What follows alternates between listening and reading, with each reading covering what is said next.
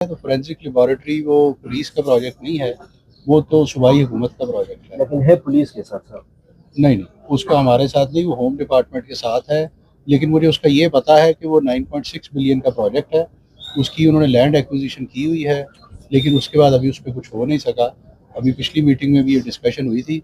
अगर हमारे ज़िम्मे होता तो शायद हम अब तक मुकम्मल कर चुके होते, लेकिन चूंकि वो सूबाई हुकूमत उस पर काम कर रही है और अब उन्होंने उसके लिए कोई PD वगैरह भी अपॉइंट कर रहे हैं।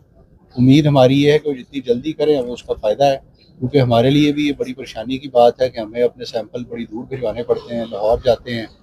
फिर उनकी पहली प्रायोरिटी ज़ाहिर है अपने केस होते हैं, पंजाब के उनके बहुत केस हैं, तो जो अब किसी और सूबे का केस जाए तो वो ज़ाहिर है पीछे हो जाता है, तो वो हमारे लिए परेशानी का बायस है। तो हमने हुकूमत से बात बार बार टेकअप की है कि इसको जितना जल्दी हो सके उसको मुकम्मल करें, और उन्होंने हमें यकीन दहानी कराई है कि वो इसको जल्दी कर लेंगे। जो ट्रेनिंग कोर्स की बात है वो आज दरबार में भी लोगों ने मेरे सामने ये पेश की है, तो मैंने उस सिलसिले में अभी ये उनको ये बताया है कि जो हमारा ये PTS स्वात और जो हमारा मुनेर के दोनों स्कूल जो है उनमें हम ये जो हमारा लोअर का जो कोर्स है अभी इमीडिएटली जुलाई में हम वो शुरू कर रहे हैं दोनों में, और एक में हम 150 एक टाइम पे सीटें रखेंगे और दूसरे में 200।